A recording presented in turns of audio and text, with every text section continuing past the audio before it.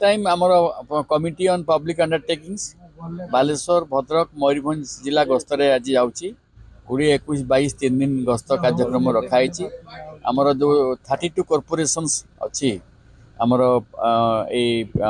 Public undertakings committee माध्यम रे से आमे किसी कॉर्पोरेशन एक्टिविटी को सब स्टडी करूँ 3टा जिले में ताकू कार्यक्रम कौन हो एडवाइस आम से अनुसार दबू गवर्नमेंट को तार वास्तव रूपायन करने।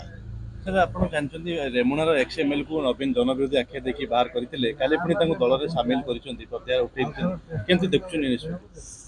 से विषय दलर नेतृवृंद जो मैंने विचार को लेकिन सामिल कर से विषय कहे